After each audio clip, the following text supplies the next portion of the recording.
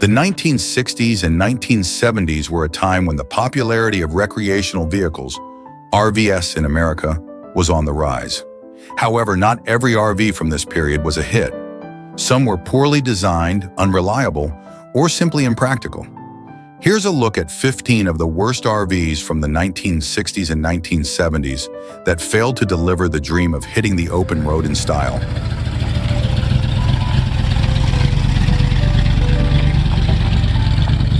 The Dodge B300 Sportsman, a vehicle that calls back to an era when the road was as much about the journey as the destination. It's funny, in a nostalgic sort of way, to think back on those days when manufacturers, like Dodge, were still experimenting with what an RV should be. The B300 Sportsman was an attempt to create something grand, a miniature home on wheels, a promise of freedom and adventure, encapsulated in the form of a van. But what we often forget is that those promises sometimes came with a fair share of compromise. Imagine this: the open road stretching endlessly ahead of you, the landscape changing from mountains to forests, from cityscapes to lonely highways. You're in the driver's seat of the B300 Sportsman, your hands on the big, somewhat clunky steering wheel, and there's a certain charm to it. The dashboard is simple, almost bare by modern standards, but it's functional, no nonsense. It whispers to you in a way that modern, tech-filled cars never do. There's no digital readout or flashy interface vying for your attention. Just you, the van, and the road. But here's where the dream begins to lose its shine. Because let's face it, the B300 Sportsman was ambitious, perhaps too ambitious for its time. They tried to fit too much into too little, and the van's interior is a testament to that. Walking into it feels like stepping into a jigsaw puzzle where the pieces just don't quite fit. The space, well, it was tight, maybe too tight. A kitchen here, a cramped dining table there, some fold-out seats that turned into a bed, and a bathroom that almost felt like an afterthought. It was everything you needed, but none of it was comfortable. For anyone over 6 feet tall, the ceiling seemed to be more of a head-bumping hazard than a protective shell. The narrow walkways meant that moving from the front to the back required a kind of sideways shuffle. And yet, for all its faults, there was something so endearing about the B300. It wasn't about luxury, it was about possibility. A family could pack themselves in, albeit snugly, and set out on an adventure. It was about the freedom to roam, even if that freedom came at the cost of personal space. Then there was the engine, a workhorse in its own right, but an underpowered one at that. As you merge onto the highway, you press your foot down on the accelerator, and there's a distinct lack of urgency in the way the B300 responds. It's sluggish, taking its time to get up to speed, like an old dog reluctant to leave the comfort of its porch. And with a full load, it struggled even more. It wasn't a vehicle that begged to be pushed to its limits. Rather, it asked you to be patient, to enjoy the slow grind of travel. And maybe that's part of its nostalgic charm. Driving the B300 wasn't about speed or performance. It was a lesson in appreciating the little things. The engine rumbled beneath you, a constant reminder that you were piloting something far from perfect. Hills became obstacles to overcome rather than mere blips on the journey. You'd find yourself gripping the wheel a little tighter, leaning forward as though the sheer force of your will could somehow coax a few more horsepower from the van's tired heart. But for all its shortcomings, the cramped quarters, the underwhelming engine, the less than ideal driving experience, the B300 Sportsman was part of an era that was about more than just convenience.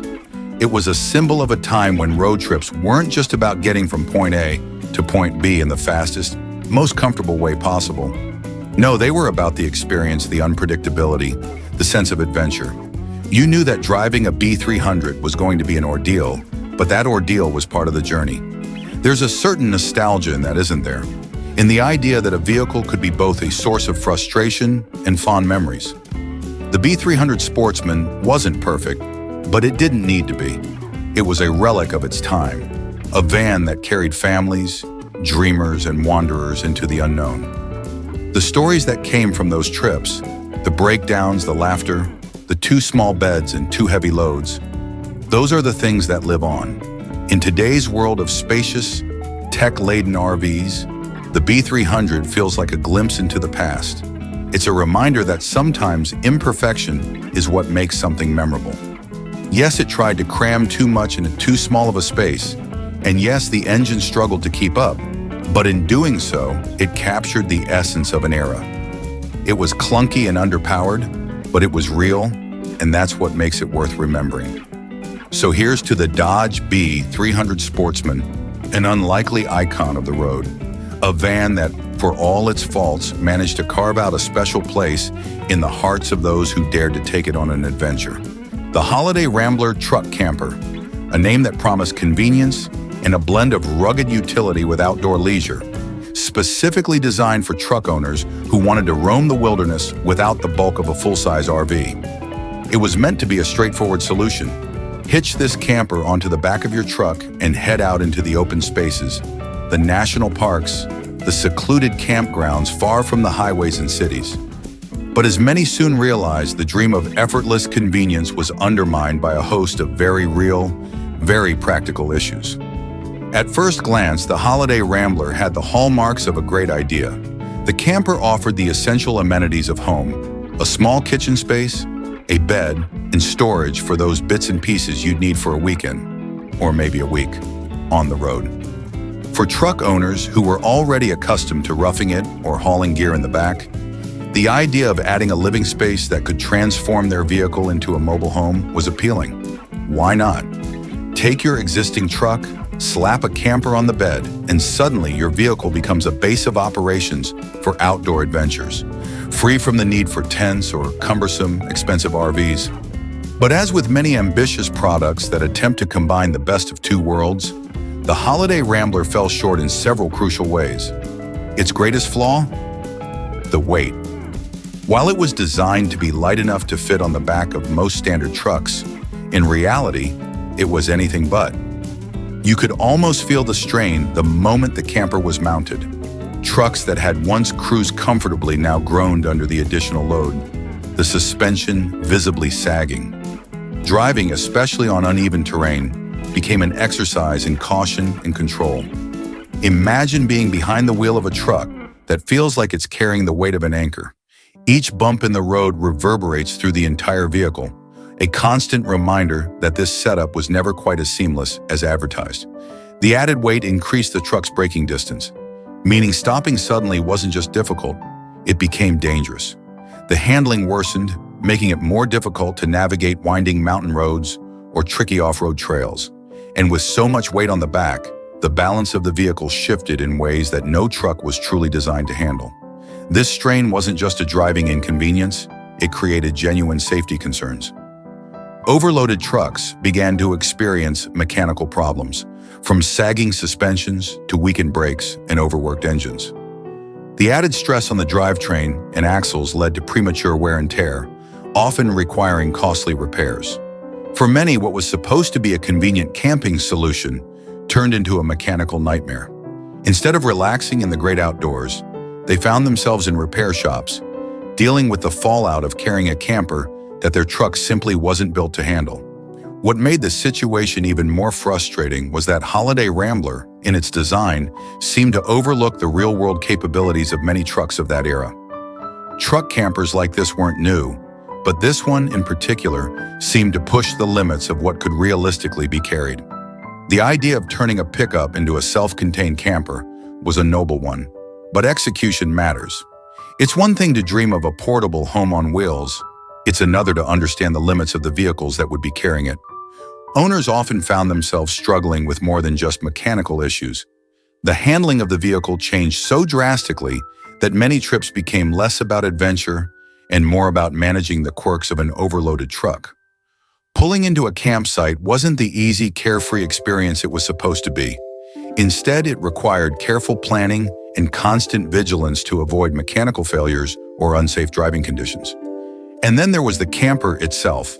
While it was supposed to offer convenience, it wasn't exactly spacious or well-designed for comfort.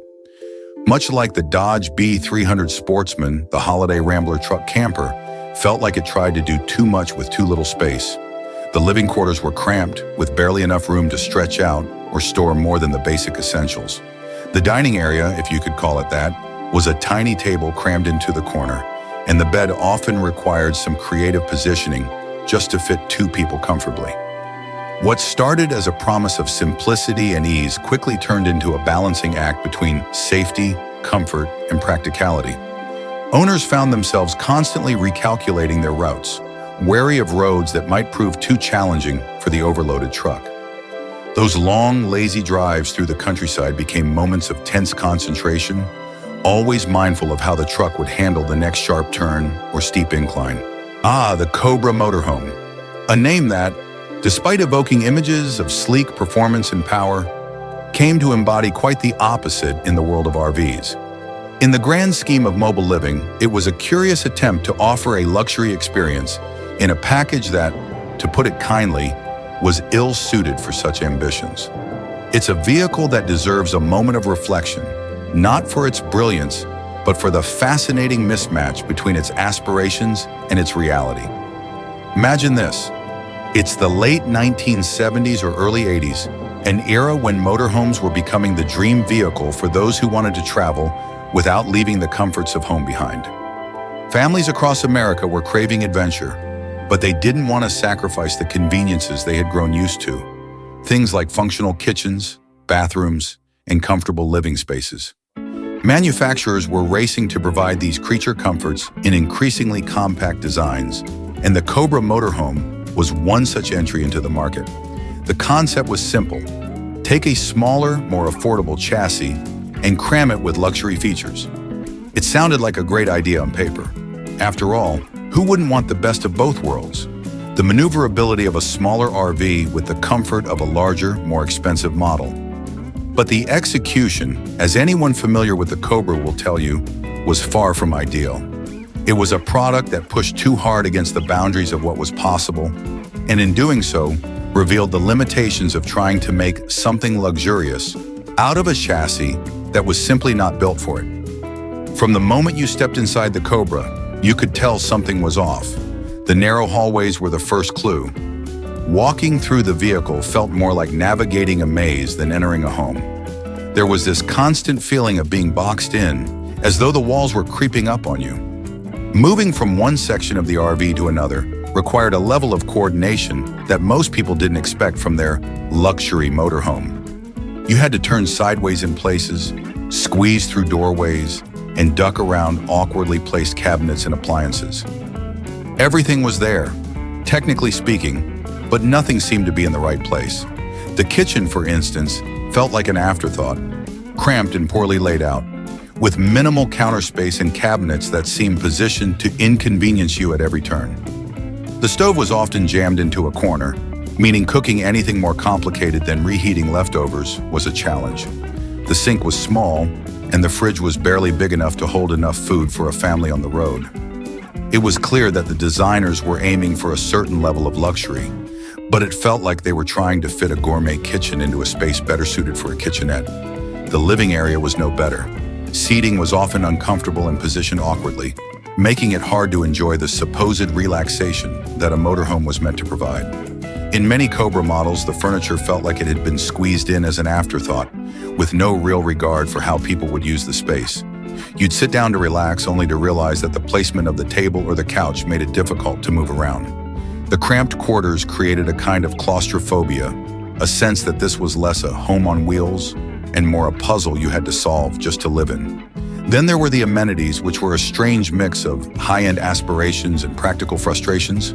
A bathroom, for example, was often included, but it was so small that it barely qualified as functional.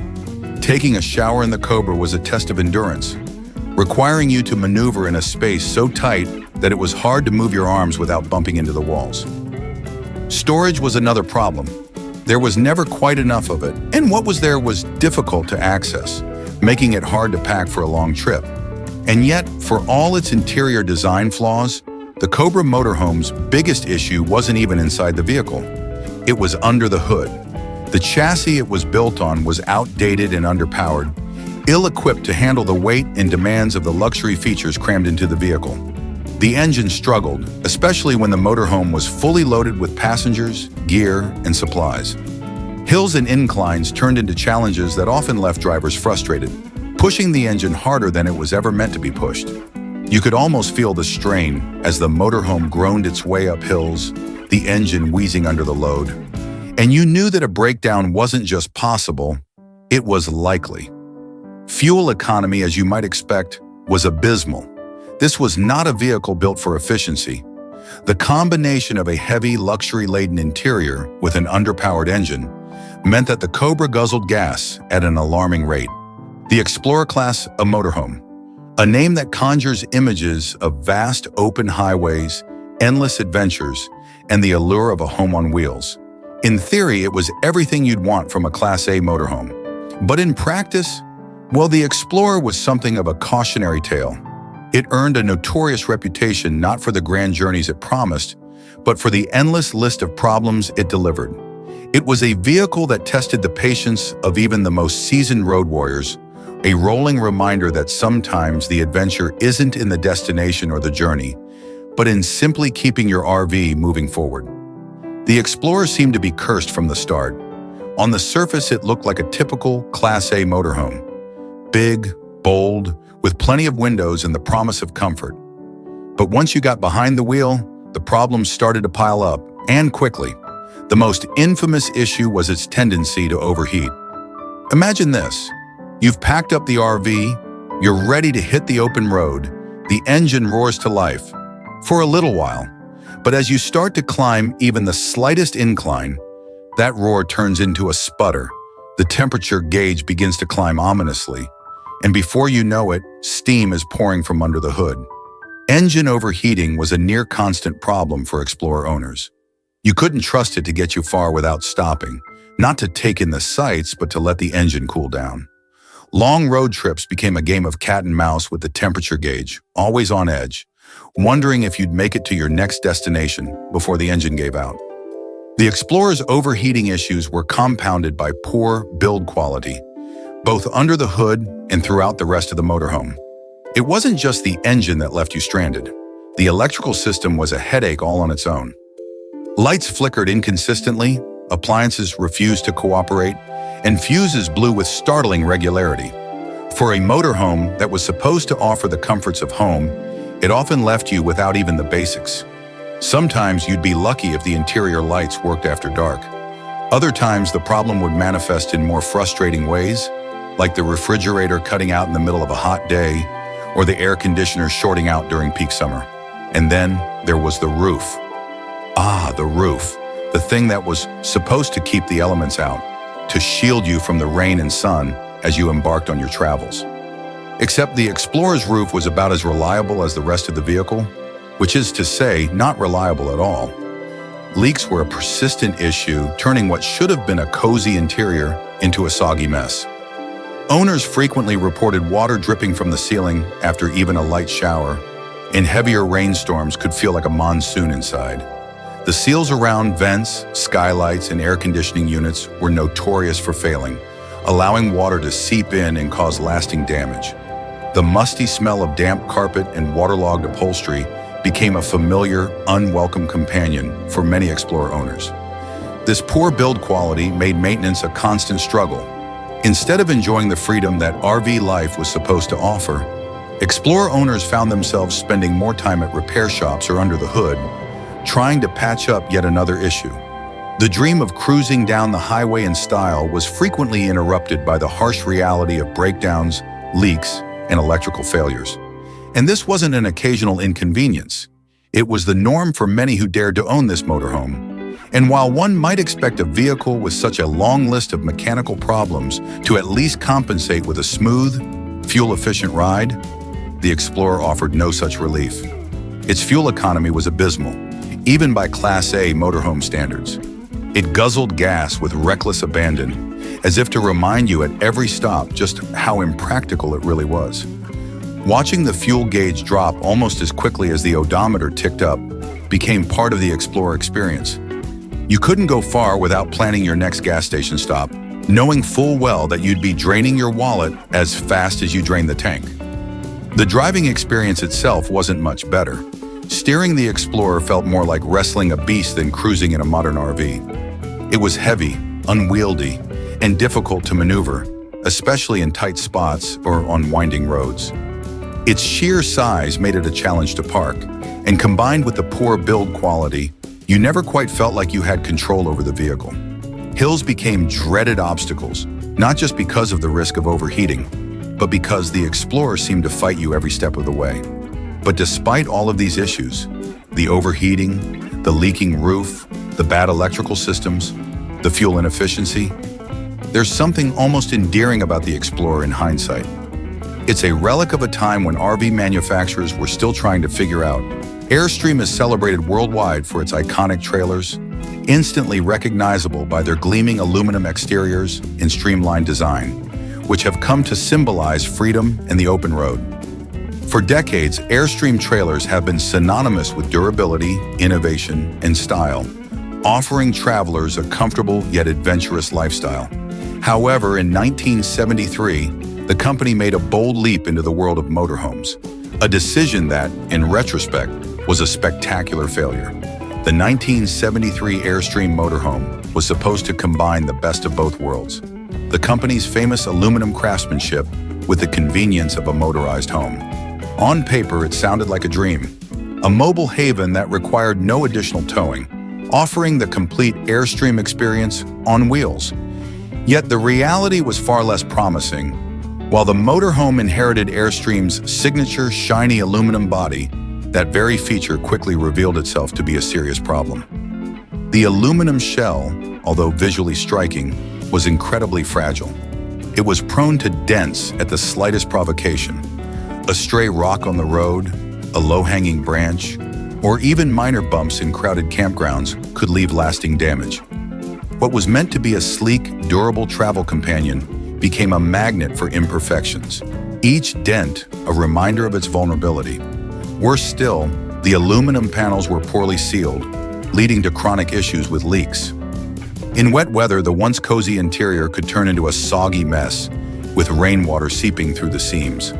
Instead of a dry, comfortable retreat after a long day on the road, owners were often greeted by the unwelcome sight of puddles and soaked furniture. The troubles didn't stop there.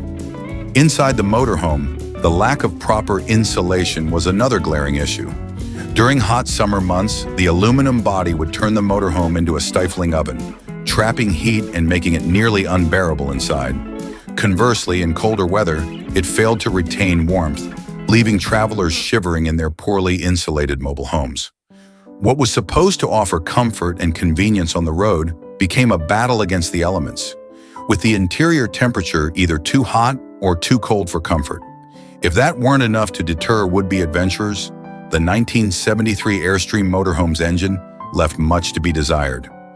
Underpowered and ill-equipped to handle the weight of the vehicle, it struggled on long journeys, especially when faced with inclines or uneven terrain.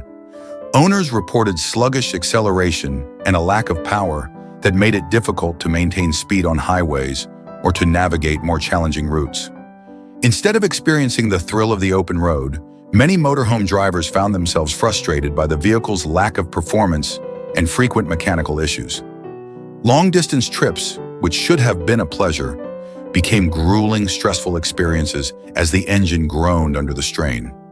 The 1973 motorhome was, in many ways, a departure from Airstream's core principles of quality, functionality, and reliability. Instead of building on its solid foundation as a trusted trailer manufacturer, the company's foray into motorized RVs exposed its limitations. What could have been a milestone in Airstream's history turned into a regrettable misstep, one that taught the company and its customers the dangers of straying too far from what made them great in the first place.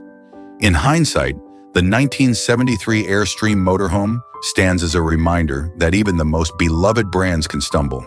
Despite its sleek exterior and initial promise, the motorhome was marred by fundamental flaws: fragile construction, poor insulation, and an underpowered engine that ultimately made it more of a burden than a blessing for those who bought into the dream. While Airstream would later recover and refocus on what it did best, producing high-quality trailers, the legacy of the 1973 motorhome remains a cautionary tale about the risks of innovation without proper execution. The Wolverine truck camper, a product designed to capitalize on the growing trend of mobile adventure, promised to offer an easy way for pickup truck owners to transform their vehicles into comfortable travel companions. The concept was simple. Mount the camper onto the bed of a pickup truck and head out on a road trip without the need for a separate towable trailer. In theory, it was an appealing alternative to larger RVs or more traditional campers. However, the reality of the Wolverine truck camper fell woefully short of expectations, leading to a myriad of problems for its owners and ultimately tarnishing its reputation. At first glance, the Wolverine truck camper appeared to be a convenient, rugged solution for road trips and outdoor excursions. Its design aimed to cater to the adventurous spirit, offering what seemed to be a practical way to convert a standard pickup truck into a mobile home. But hidden beneath its sturdy exterior lay a fundamental flaw that would cause countless headaches for those who purchased it. It was simply too heavy for most trucks of the time. Pickup trucks in the era when the Wolverine was popular were not built with the capacity to safely carry such a heavy load on their beds. Once mounted, the Wolverine added significant weight, which severely impacted the truck's balance and performance. Owners reported that their vehicles felt top-heavy and unsteady, especially at higher speeds or on winding roads. This imbalance created dangerous driving conditions. Sharp turns and sudden stops became potential hazards, and many drivers found themselves struggling to maintain control of their vehicles, particularly in less than ideal weather conditions. What was meant to be a carefree travel solution turned into a tense and nerve-wracking experience, as drivers were forced to constantly compensate for the added weight and instability. The camper's weight wasn't just a danger on the road, it also placed additional strain on the truck's suspensions, leading to increased wear and tear. Many owners found themselves needing to make frequent repairs or even upgrade their vehicles just to accommodate the Wolverine. The dream of easy mobility quickly faded as the reality of these challenges set in. And while the exterior and overall concept of the Wolverine truck camper might have initially attracted buyers, the interior was a far cry from the comfort and convenience that most expected. For a product designed to offer a home on the road, the inside of the Wolverine was notably sparse. The sleeping quarters were cramped and uncomfortable, with barely enough room for two people to sleep without feeling claustrophobic. Thin, poorly cushioned bedding made for restless nights, and the overall lack of insulation meant that the camper was prone to temperature extremes. Hot in the summer and cold in the winter, the amenities inside the Wolverine were minimal, bordering on non-existent. There were few, if any, luxuries to speak of, just the basics, and even those were underwhelming. Storage space was limited, making it difficult for travelers to pack everything they might need for a longer trip. The lack of built-in kitchen or bathroom facilities meant that owners often had to rely on external campgrounds or make do with portable solutions, which defeated the purpose of having a self-contained camper in the first place. Essentially, the Wolverine was a far cry from the cozy, self-sufficient unit that potential buyers had envisioned when they decided to purchase it. In the end, the Wolverine truck camper was a product that failed to live up to its promise. What was supposed to be an innovative, flexible option for pickup truck owners quickly turned into a liability, both on the road and in terms of comfort. Its weight and poor balance created hazardous driving conditions, while its bare-bones interior left much to be desired. For many, the Wolverine was more of a burden than a blessing, making it a less than ideal option for those seeking adventure without sacrificing safety or comfort. Ultimately, the Wolverine truck camper serves as a cautionary tale. It is a reminder that even the best ideas, when poorly executed, can lead to failure. While the notion of a compact truck-mounted camper was appealing, the reality of the Wolverine's design flaws and lack of amenities made it a disappointment for those who had hoped to find freedom on the road.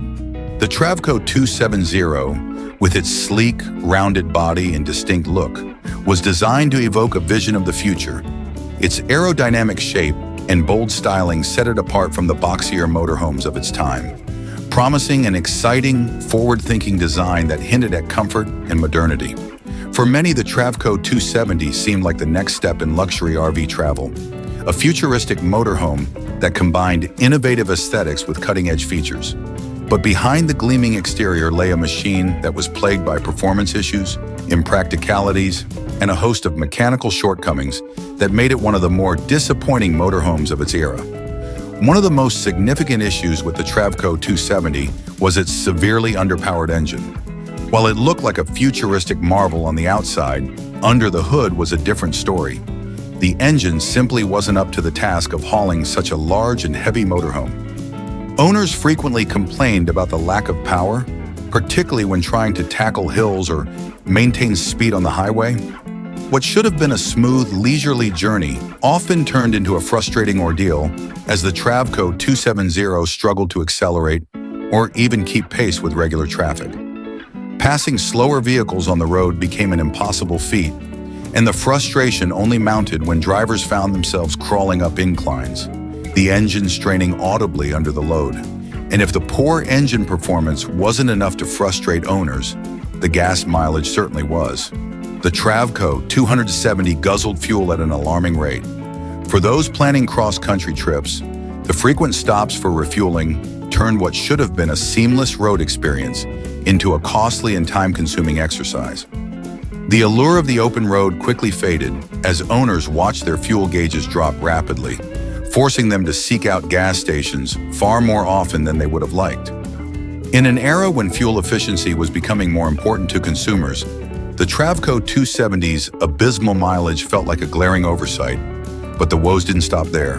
The Travco 270's bulky body, while eye-catching, also made it a nightmare to maneuver. Navigating tight spaces, parking lots, or winding roads felt more like a battle than a pleasant drive. The wide, rounded design that looked so futuristic came at the expense of practicality. Handling was clunky, and the motorhome felt unwieldy, especially in situations that required precision. Owners frequently reported issues with turning radius and overall control, making even simple tasks like parking a source of anxiety. City driving was particularly challenging, as the Travco's size and poor maneuverability turned urban areas into obstacle courses. The build quality, unfortunately, did not live up to the vehicle's visual promise either. While the exterior had a modern, streamlined look, the materials and construction left much to be desired. Inside, the motorhome was prone to rattling and creaking as it moved down the road, a constant reminder that appearances can be deceiving. Interior fittings were often reported as flimsy, with cabinets and fixtures prone to breaking or coming loose over time. What seemed luxurious at first glance quickly revealed itself to be cheaply made and poorly assembled. The futuristic illusion crumbled as owners dealt with repeated repairs and structural issues, making the experience of owning a Travco 270 far more frustrating than expected. Ultimately, the Travco 270 became a lesson in the dangers of prioritizing form over function. Its sleek, futuristic appearance may have caught the eye, but its underwhelming performance, dreadful fuel economy, and poor build quality made it an impractical and frustrating vehicle for long-distance travel. What should have been a symbol of modern luxury turned into a source of constant headaches for those who invested in it, a far cry from the freedom and adventure that it initially promised. The Travco 270 stands as a reminder that even the most visually appealing designs can fall short if they lack the substance to back them up. Its striking, space-age look couldn't compensate for the lack of power, the horrendous gas mileage, or the clunky handling. For all its futuristic promise, the Travco 270 was ultimately a disappointment, proving that innovation must go hand in hand with performance if a vehicle is to truly succeed. The Winnebago Model 216, one of the company's earliest attempts at entering the motorhome market, stands as a relic of a time when the idea of mobile living was still in its infancy. Introduced with high hopes, the Model 216 was a bold step in a growing industry, but in retrospect, it lacked many of the refinements and innovations that would later define the Winnebago brand. With its uninspired boxy design, inefficient use of interior space, and discomforting amenities, it highlighted the growing pains of a company still finding its feet in the RV world. At first glance, the Winnebago Model 216 looked every bit the utilitarian vehicle of its era. It had a simple, almost industrial appearance, with straight lines and a boxy silhouette that made little effort to be visually appealing or aerodynamic. In fact, the lack of aerodynamics was one of its most glaring shortcomings. The Model 216, with its flat front and angular design, was essentially a large rolling brick, terrible for cutting through the wind.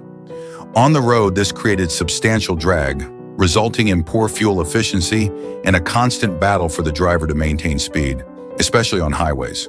What Winnebago had gained in ease of construction, it lost in terms of practicality and performance. Long-distance travel, which should have been the primary appeal of a motorhome, became a chore as the Model 216 struggled against air resistance, turning simple trips into fuel-guzzling endeavors. Beyond the uninspired exterior, the interior of the Model 216 presented its own set of challenges. Space, one of the most crucial aspects of any motorhome, was not utilized effectively. Despite the vehicle's considerable size, the interior layout was cramped and awkwardly configured. The sleeping quarters, which should have been a place of rest and relaxation, felt more like an afterthought. Narrow, hard-to-access bunks were crammed into tight corners, leaving little room for comfort. Sleeping in the Model 216 was often a struggle, with passengers finding themselves in confined spaces, unable to stretch out properly or enjoy any sense of privacy. The cramped quarters were made worse by poor ventilation, which led to stuffy, uncomfortable conditions, especially on warm nights. Storage was another area where the Model 216 fell short.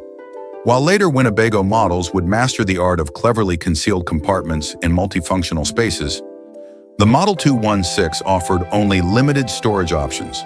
Cabinets and closets, where they existed, were small and poorly placed, making it difficult for owners to pack efficiently for extended trips. The lack of storage forced many to sacrifice essentials or resort to cluttering the already limited living space with bags and gear, further exacerbating the cramped feeling inside. For a vehicle meant to serve as a home on the road, the Model 216 struggled to offer the basic conveniences that travelers needed to feel at ease. The kitchen and bathroom facilities, too, were rudimentary at best. Cooking in the Model 216 was an exercise in minimalism, with small, outdated appliances and barely enough counter space to prepare even simple meals. The bathroom, meanwhile, was cramped and offered little in the way of comfort or privacy.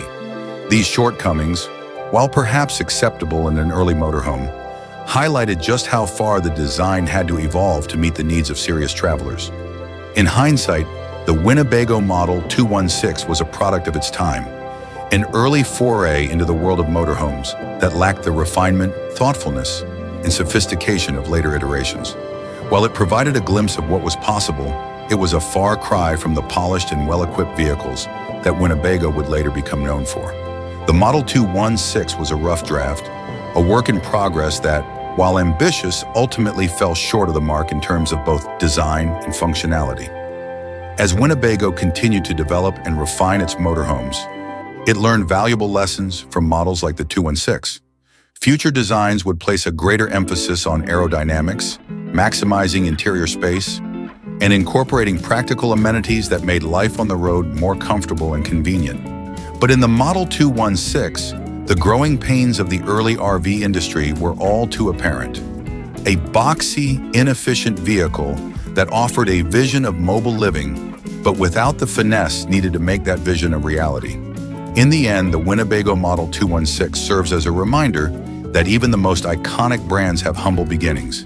It stands as a testament to the importance of innovation and evolution in design, showing how far the RV industry had to come before motorhomes could truly live up to their potential. The Chinook Mobilage, with its bold, fashionable appearance, arrived at a time when motorhomes were becoming more than just vehicles. They were lifestyle statements. With its sleek, trendy design, the Mobilage catered to a growing market of travelers seeking a sense of style on the road. Its glossy exterior, modern lines, and high-end finishes turned heads at campgrounds and RV shows alike. For many, it seemed like the perfect blend of luxury and freedom, embodying the dream of taking off into the great unknown in comfort and class. However, beneath this appealing facade lurked a series of serious mechanical problems and design flaws that made the Mobilage more of a headache than a home on wheels. At first glance, the Chinook Mobilage looked like a triumphant motorhome design. Its streamlined, almost futuristic exterior gave it the allure of something truly special, a break from the boxy, utilitarian motorhomes that were the norm at the time. But this emphasis on style came at the expense of function. Almost immediately, owners began to encounter a slew of mechanical issues that plagued the vehicle's performance and reliability. Chief among these was the transmission, which became notorious for its frequent failures. The transmission issues turned what should have been smooth, leisurely trips into a frustrating and expensive ordeal. Breakdowns on the road were common, often leaving owners stranded in remote areas, waiting for expensive and time-consuming repairs. The unreliability of the Chinook Mobilage's transmission was perhaps its most glaring flaw, but it was far from the only issue. The motorhome was also notoriously heavy, far heavier than its sleek, trendy exterior suggested. This weight made it difficult to handle, particularly for drivers unaccustomed to managing large, cumbersome vehicles. On flat, straight highways, the weight might not have been immediately noticeable, but the moment the Mobilage hit rough terrain or hilly landscapes, its unwieldiness became all too clear. On inclines, the engine would groan under the strain, and the vehicle would struggle to maintain speed. Downhill, the weight made controlling the descent nerve-wracking, as the brakes were often not up to the task of safely managing the bulk of the motorhome. Navigating tight turns or narrow roads was equally difficult, with drivers constantly battling to keep the heavy vehicle steady and on course. The Chinook Mobilage's handling problems made it particularly unsuited for the very adventures it was supposed to enable. Travelers who dreamed of exploring rugged, scenic landscapes quickly found that the Mobilage was more of a liability than a companion. Even moderate hills posed a challenge, while rough or unpaved roads were practically off-limits. The weight distribution was poorly designed, leading to a top-heavy, unstable feeling on the road. Crosswinds could send the vehicle swaying dangerously, and many owners reported feeling constantly on edge, especially in less-than-ideal driving conditions. What should have been a relaxing journey often turned into a tense, stressful experience as drivers fought to keep the unwieldy motorhome under control. Inside the Mobilage, things didn't fare much better. While the vehicle's exterior promised modernity and style, the interior was a study in inefficiency. The layout, though visually appealing, didn't make good use of the available space. Storage was limited and many essential amenities were either poorly placed or undersized, making day-to-day living in the motorhome more difficult than it should have been. Sleeping quarters were cramped, and the kitchen and bathroom facilities were far less luxurious than the Mobilage's appearance suggested. For a motorhome that prioritized style, the substance of the interior left much to be desired, further frustrating owners who had expected more for the premium price they paid. In the end, the Chinook Mobilage became a prime example of style over substance. It was a motorhome that promised much with its flashy exterior, but failed to deliver where it really mattered, on the road. Mechanical issues, particularly with the transmission, left many owners with buyer's remorse, while the vehicle's excessive weight and poor handling turned what should have been leisurely road trips into constant battles with the terrain and the vehicle itself. The sleek design couldn't make up for the Mobilage's glaring flaws, and despite its initial popularity, it quickly became known as a problematic and unreliable motorhome. The Chinook Mobilage stands as a cautionary tale in the world of motorhome design. It highlights the dangers of prioritizing aesthetics over functionality, of putting form ahead of the essential mechanics that make a motorhome reliable and safe. The Roadmaster motorhome was marketed as a luxurious escape on wheels, a symbol of comfort and opulence for those seeking to take the open road without sacrificing the finer things in life. Its name evoked a sense of confidence and control, as though this vehicle would make any journey feel effortless. But in reality, the Roadmaster was anything but a master of the road. Beneath its glossy exterior and promises of luxury, this motorhome became infamous for its unreliability, poor performance, and a glaring lack of the very comfort it claimed to provide. From the moment you set foot in the Roadmaster motorhome, it was clear that something wasn't quite right. The vehicle's imposing size and polished exterior suggested a high-end experience, but the illusion quickly shattered when the engine roared to life, or more often than not, failed to do so. Engine breakdowns became a common complaint from Roadmaster owners, turning what should have been leisurely road trips into frustrating and costly experiences. Whether on long cross-country hauls or shorter excursions, the engine was prone to sudden malfunctions, often leaving drivers stranded in remote locations with little recourse but to wait for roadside assistance. These breakdowns were not mere annoyances. They were deal breakers for a motorhome that was supposed to represent luxury, turning every journey into a gamble. Even when the engine did manage to hold up, the Roadmaster's fuel economy was abysmal. Its size and weight, combined with an inefficient engine, meant that fuel tanks emptied faster than anyone could have imagined. Owners found themselves stopping for gas far more frequently than expected, watching the fuel gauge drop alarmingly quickly even on moderate trips. For a vehicle marketed as a luxury RV, the cost of keeping it running felt excessive, making owners question whether the prestige of the brand was worth the constant drain on their wallets. Inside the Roadmaster, the disappointment continued. While it was supposed to offer a high-end experience, the cheaply made interior quickly betrayed the brand's lofty promises. Surfaces that looked sophisticated at first glance revealed themselves to be constructed from low-grade materials prone to scuffing, peeling, or outright breaking with minimal use. The cabinetry, once thought to be sleek and modern, had a flimsy feel, often coming loose during transit or suffering damage from the simple vibrations of driving. For a vehicle that was supposed to embody luxury, the lack of durability in its fittings made everyday use a frustrating exercise in trying to keep things from falling apart. The furniture inside the Roadmaster was yet another letdown. Luxury RVs are expected to offer not just style but comfort, a place where travelers can relax after a long day of driving. However, the furniture in the Roadmaster was anything but comfortable. The seating was stiff and poorly designed, leading to backaches and discomfort after only a short time. The sleeping arrangements were similarly inadequate, with thin mattresses that provided little support and left passengers tossing and turning through the night. What should have been restful, peaceful nights under the stars often became restless battles with uncomfortable beds and cramped quarters. Beyond the basic discomfort of the furniture, the overall design of the interior lacked thoughtfulness. Space, one of the most critical factors in any RV, was poorly utilized. Storage options were minimal, forcing owners to make hard decisions about what they could bring on trips and often leaving them scrambling to find places for essentials.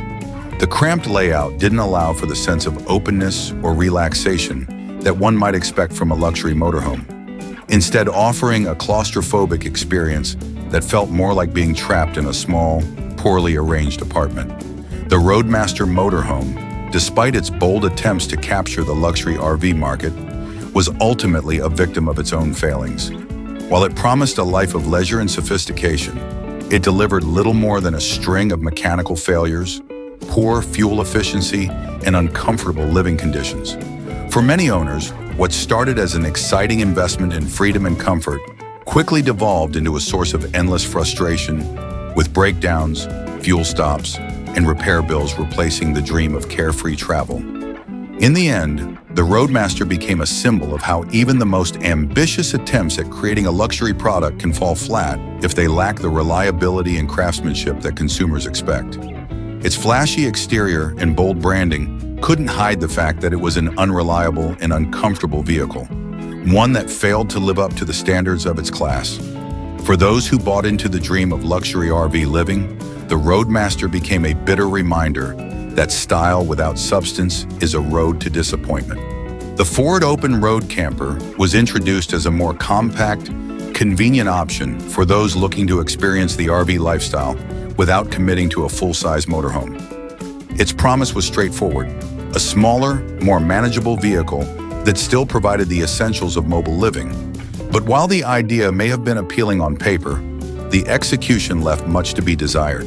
The Ford Open Road Camper quickly gained a reputation for its cramped interior, inefficient layout, and mechanical struggles that often left owners questioning whether this convenient option was worth the headaches it brought. For many, the first disappointment with the Ford Open Road Camper came the moment they stepped inside. Advertised as a small yet functional camper, the reality was that the design was far too cramped to allow for any real sense of comfort. Every inch of space felt confined, and the layout made it difficult to navigate the narrow pathways between the different sections of the camper. Moving from the small kitchenette to the sleeping area or bathroom required squeezing through tight gaps, and the overall feeling was one of being boxed in, rather than the open, liberating experience that RVs were meant to provide. The Ford Open Road's poor layout compounded these space issues, Instead of a well-thought-out interior that made the most of its small footprint, the camper's design felt haphazard. Storage spaces were minimal and awkwardly placed, with cabinets and compartments that were either too small to be useful or positioned in ways that made them difficult to access. The sleeping area, typically the heart of any camper's comfort, felt like an afterthought, squeezed into a space that was far too tight to be practical. Sleeping in the open-road camper was often uncomfortable, with limited room to stretch out and little privacy or ventilation to make the experience more pleasant. The kitchen and bathroom areas were similarly lacking. The kitchenette, while present, offered only the most basic amenities, with hardly enough room to prepare meals or store food for an extended trip. The tiny countertop and inadequate appliances made cooking feel like a chore, forcing many owners to rely on outside facilities or makeshift setups. The bathroom was perhaps the most inconvenient feature of all. Cramped, with minimal functionality, it provided little in the way of comfort or ease, particularly on longer journeys where a reliable bathroom is a necessity. The cramped quarters inside the camper made day-to-day living feel like an exercise in frustration, as owners constantly had to navigate a space that seemed to work against them at every turn. But the interior design issues were only part of the Ford Open Road's problems. Mechanically, the camper struggled mightily, particularly with the additional weight that the small RV frame had to carry. The Ford Open Road camper was built on a relatively lightweight chassis, but once fully outfitted with the necessities of living, water, fuel, gear, it became clear that the engine was not up to the task of hauling the camper over long distances or rough terrain. The engine, which might have been sufficient for a smaller, lighter vehicle, struggled with the added burden of the camper's weight. On longer trips, particularly in hilly or mountainous regions, the engine would frequently overheat, forcing owners to pull over and wait for the engine to cool before continuing their journey.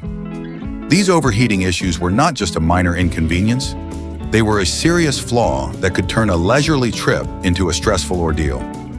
Owners reported frequent overheating even on moderate trips, particularly in warm weather, making the open road feel less like a reliable companion and more like a temperamental machine that needed constant attention. The overheating problem was exacerbated by the fact that the small engine was already working hard just to maintain basic speeds on highways. The strain of long-distance travel pushed the engine to its limits, and many owners found themselves having to cut trips short or plan routes around the limitations of their vehicle. Fuel efficiency, often one of the selling points of smaller RVs, was also a disappointment in the Ford Open Road camper. While it wasn't the gas guzzler that some larger motorhomes were, the small engine struggled so much with the camper's weight that it drank more fuel than expected.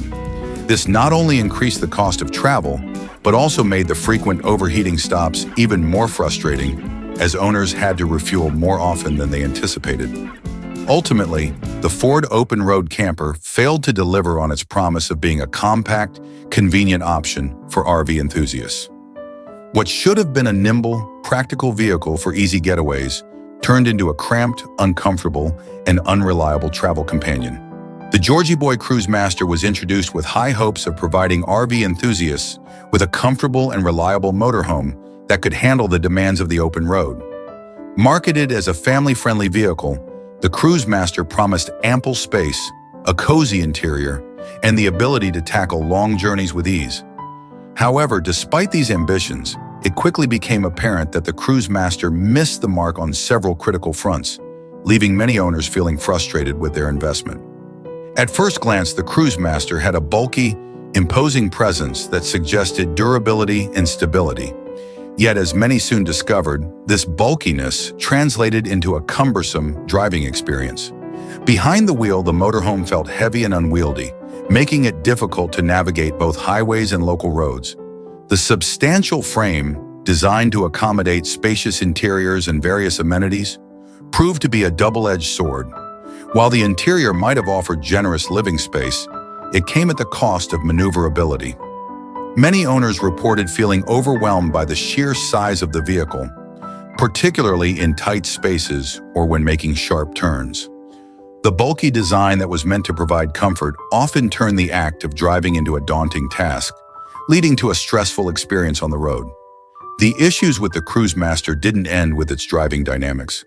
One of the most significant complaints from owners revolved around the suspension system. Designed to support the weight of the motorhome, the suspension often struggled under the strain, resulting in a bumpy ride that detracted from the overall comfort experience. Road imperfections and even minor bumps could lead to jarring jolts inside the cabin, disrupting the tranquility that many hope to find on their travels. For families looking to enjoy quality time on the road, the lack of a smooth ride made long journeys feel tedious and uncomfortable. The suspension issues contributed not only to discomfort, but also to a general sense of unreliability. Owners worried about how the vehicle would handle rough terrain or unexpected road conditions. Moreover, the braking system of the Georgie Boy Cruisemaster often left much to be desired.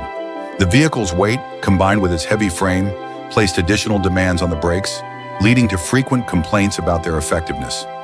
Many owners reported feeling uncertain about the braking performance, especially when navigating downhill or in heavy traffic. The combination of poor braking response and the vehicle's cumbersome handling created a perfect storm for anxiety, as drivers constantly second-guessed their ability to stop safely in a timely manner. The concerns about the braking system added to the overall feeling of insecurity when driving, detracting from the sense of freedom and adventure that RV travel is supposed to provide. Inside the Cruisemaster, the layout aimed to maximize comfort and functionality, yet it struggled to deliver a cohesive living experience. While the spaciousness was commendable, the design often felt disjointed, with poorly planned storage solutions that made organizing belongings a challenge. Owners found themselves grappling with inadequate closet space and awkwardly positioned cabinets, making it hard to find and access essential items during their travels. The living area, despite its generous dimensions, lacked the thoughtful design elements that would have made it feel truly comfortable and inviting. Another area where the Cruisemaster fell short was in its interior materials and finishes. While marketed as a comfortable and high-quality motorhome, many owners reported that the materials felt cheap and poorly constructed. Cabinets often showed signs of wear and tear far sooner than expected, and upholstery wore out quickly, leading to dissatisfaction with the overall durability of the interior. For an RV that was supposed to provide a sense of home, the Cruisemaster's interiors often felt more like an afterthought, lacking the attention to detail and quality that would ensure longevity. Despite its ambitious goals, the Georgie Boy Cruisemaster ultimately stood as a testament to the challenges of motorhome design. While it aimed to provide a spacious and comfortable vehicle for families and travelers, it was hindered by a bulky design that made driving a stressful experience. Suspension and braking issues exacerbated the challenges of handling the vehicle, creating a sense of unease for many owners on the road. Coupled with a less than ideal interior experience, the Cruisemaster often left its owners feeling as though they had not received the value they expected. In the end, the Georgie Boy Cruisemaster serves as a reminder of the delicate balance between size, comfort, and functionality in the world of motorhomes. While it tried to offer spacious living quarters and a family-friendly atmosphere, the execution fell. The Champion motorhome entered the RV market with the promise of providing a mid-range option for travelers seeking a balance between affordability and quality. With its sleek marketing campaigns and appealing price point, the Champion sought to attract families and adventurers looking for a reliable vehicle that wouldn't break the bank. However, beneath its polished exterior and persuasive advertising lay a series of significant shortcomings that ultimately disappointed many of its owners. From the outset, the Champion motorhome was plagued by performance issues that quickly became apparent to those who took it on the road. The engine, which was marketed as capable and efficient, turned out to be underpowered, leaving many owners frustrated as they struggled to gain adequate acceleration and power. On highways, the motorhome often struggled to keep pace with faster traffic, making it feel less like a confident vehicle and more like a sluggish burden. This underperformance was particularly noticeable when traversing hills or navigating challenging terrain, where the engine would groan and sputter under the weight of the vehicle, leaving drivers anxiously aware of the limitations of their motorhome. These performance deficiencies were compounded by the Champion's lack of build quality, which quickly became evident once owners stepped inside. While the motorhome might have initially looked decent, a closer examination revealed that the materials used throughout the interior were cheap and poorly constructed. Upholstery that seemed plush at first touch began to fray and wear out alarmingly quickly, while cabinets and fixtures felt flimsy and prone to damage. Instead of the comfortable living space that many expected, the interior often felt like a hodgepodge of mismatched elements thrown together without thought for durability or aesthetics. One of the most distressing complaints among Champion motorhome owners was the issue of water leaks, a problem that can severely impact the integrity of any RV. Reports of leaks originating from various points in the vehicle, including the roof and windows, were all too common. What should have been a safe haven for families on the road turned into a source of worry and frustration as owners found themselves constantly battling moisture issues. These leaks not only ruined the overall comfort of the living space, but also led to long-term damage, including mold and structural weakening. The constant need to address these leaks turned what was supposed to be an enjoyable travel experience into a burdensome cycle of repairs and maintenance. To make matters worse, many Champion motorhome owners reported mechanical issues cropping up shortly after their purchase. Rather than being a reliable companion for road trips, the vehicle often became a source of headaches and repair bills. Engine problems, electrical issues, and other mechanical failures frequently emerged, leaving owners to grapple with the reality that their mid-range investment was fraught with complications. The expectation of a dependable vehicle quickly dissolved into frustration as owners found themselves visiting mechanics far too soon after bringing their motorhome home. As the shortcomings piled up, the Champion motorhome's reputation began to suffer. What started as a promising option in the mid-range category became synonymous with disappointment. Many owners expressed regret over their purchase, wishing they had invested in a more reliable vehicle, even if it meant stretching their budget. The promise of a comfortable and enjoyable RV experience was overshadowed by the reality of a motorhome that seemed to fall apart at the seams. In conclusion, the Champion motorhome serves as a cautionary tale in the world of RVs. Despite its marketing as a mid-range option that offered an appealing balance of affordability and quality, it ultimately failed to deliver on both fronts. The underpowered engine, cheap interior materials, and pervasive water leaks resulted in a vehicle that was more of a headache than a reliable companion for travelers. For many owners, the experience with the Champion motorhome became a frustrating reminder that in the world of RVs, the promise of a budget-friendly option can sometimes come at the cost of quality and durability. As prospective buyers navigate the vast landscape of motorhomes, the lessons learned from the Champion motorhome highlight the importance of thorough research and careful consideration before making an investment in a vehicle that is meant to provide freedom and adventure on the road. The 1969 Fleetwood motorhome was released at a time when the RV industry was burgeoning and expectations were high for both performance and reliability. Fleetwood, a name synonymous with quality in the RV sector, sought to leverage its reputation with this model, hoping to appeal to a growing demographic of road-tripping families and adventure seekers. However, despite the brand's esteemed legacy, the 1969 model became one of Fleetwood's least reliable offerings, earning a notorious reputation that would haunt its legacy for years to come. From the outset, the 1969 Fleetwood motorhome seemed poised for success, boasting a design that promised comfort and convenience for those looking to hit the open road. Yet soon after the initial excitement of ownership, many owners began to encounter significant electrical problems. The electrical system, a crucial backbone of any modern RV, proved to be fraught with issues.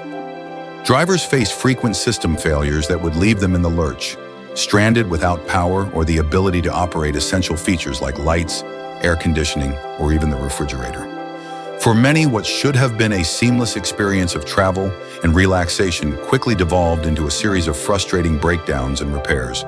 The electrical failures not only compromised the functionality of the motorhome, but also raised concerns about safety.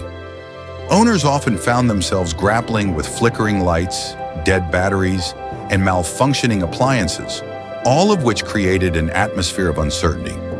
A motorhome that was supposed to be a reliable sanctuary on wheels instead turned into a source of anxiety, as drivers became hyper-aware of the possibility that their electrical systems could fail at any moment. This was particularly disconcerting when traveling in remote areas, where access to repair services was limited and the challenges of breakdowns loomed large.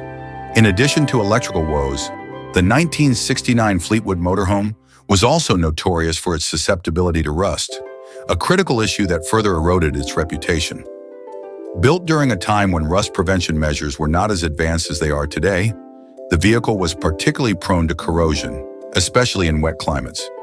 Many owners reported discovering rust spots within just a few years of purchase, particularly around the wheel wells, undercarriage, and seams where water could easily infiltrate. This premature aging not only affected the motorhome's aesthetics, but also raised serious concerns about its structural integrity over time. For owners residing in areas with heavy rainfall or snow, the rust problem became a constant battle. Regular maintenance and preventative measures were necessary, often leading to additional expenses and time-consuming repairs. Instead of enjoying carefree trips and the freedom of the open road, many Fleetwood owners found themselves preoccupied with rust mitigation strategies and worrying about how it would impact the longevity of their investment.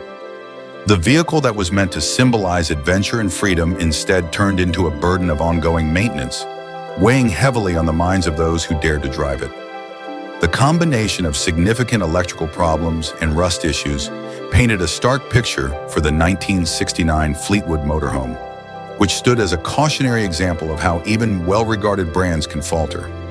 While Fleetwood had earned a reputation for quality and reliability, this particular model showcased how crucial it is for manufacturers to ensure that both performance and durability meet the expectations set by their brand.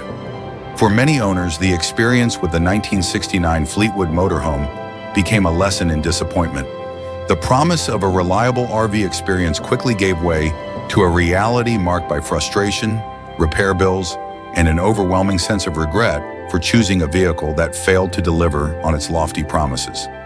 In the end, the 1969 Fleetwood motorhome serves as a reminder that even established names in the industry are not immune to producing subpar models.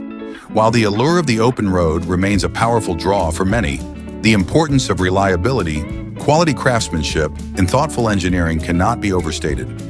As prospective RV buyers navigate their options, the tale of the 1969 Fleetwood motorhome stands as a poignant example of the potential pitfalls in the journey toward finding the perfect travel companion.